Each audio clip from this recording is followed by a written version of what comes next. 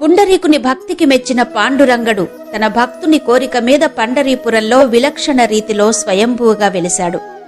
పండరీపురం ఆలయం సాక్షాత్తు భూలోక వైకుంఠంగా అలరారుతోంది. మహారాష్ట్రలోని షోలాపూర్ జిల్లాలో ఉన్న పండరీపురం ఒకప్పుడు అతి చిన్న గ్రామం, కాని ప్రస్తుతం వేలాది మంది భక్తులకు గమ్యస్థానం. నిరంతరం భక్తులతో కళకళలాడుతూ సందడికి మారుపేరుగా ఉంటుంది.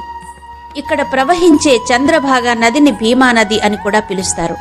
రోజు వేలాది మంది భక్తులు దర్శించుకునే పండరీపురం పాండురంగ విఠలుని మందిరం అత్యంత మహిమాన్వితమైన విశిష్టత కలది. తేజో విరాజమైన పాండురంగ విఠలుని మందిరం శోభాయమానంగా భక్తులకు దర్శనమిస్తుంది. ఆలయం నిత్యం పాండురంగ విఠల విఠోబా అన్న నామస్మరణలతో మారుమోగిపోతుంది.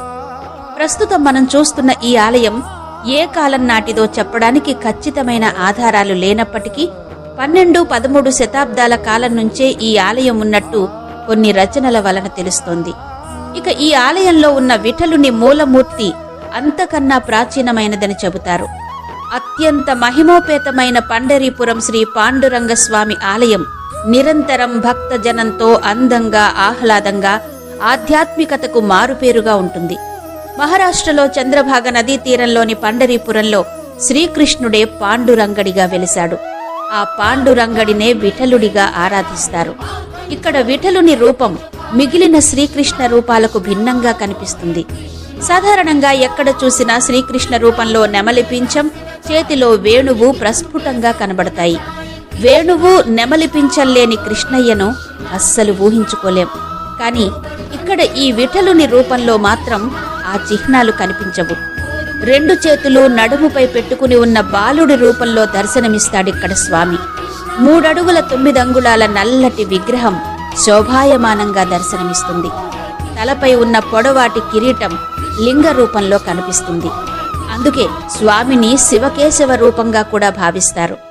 పాండురంగ స్వామి ఆవిర్భవించిన అత్యంత పవిత్రమైన ప్రాచీనమైన క్షేత్రాల్లో పండరీపురం మొదటిదిగా చెబుతారు.